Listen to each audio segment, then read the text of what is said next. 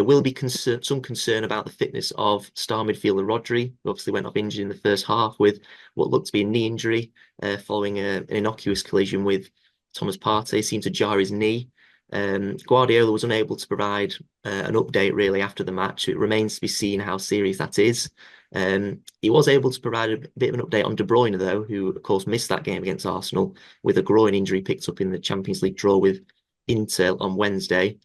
Pep said he doesn't think that De Bruyne will be ready for Watford, although he wouldn't have been able, probably wasn't expected to play in that I game mean, anyone's anyway. ready for Watford. It's tomorrow. It's Yeah, ridiculous. exactly. And then he doesn't know if he can play against Newcastle, so that's up in the air as well. And the same obviously applies for Rodri. So, how big of a blow is it to potentially be without both Rodri and De Bruyne, two massive key players for City during this busy schedule?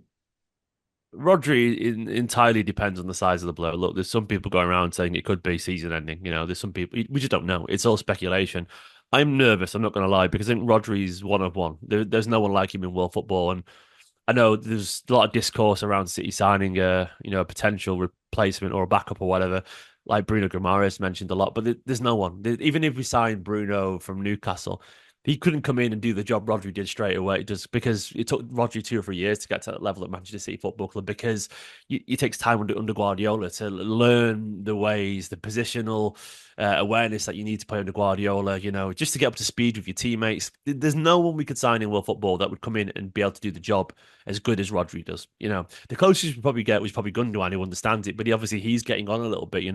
So I feel like that could be a season-changing blow. Look, if anyone's sort of capable of fixing that hole in the Premier League, it's probably Manchester City when you've got a combination of Gundogan, Kovacic, Bernardo, and of course Foden, De Bruyne are ahead of them.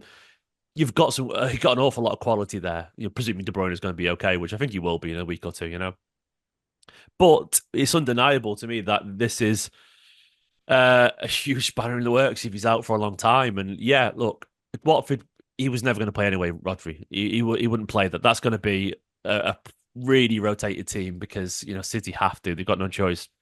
But Newcastle, yeah, that's a big game and that's hard. And that's against the man that we just mentioned.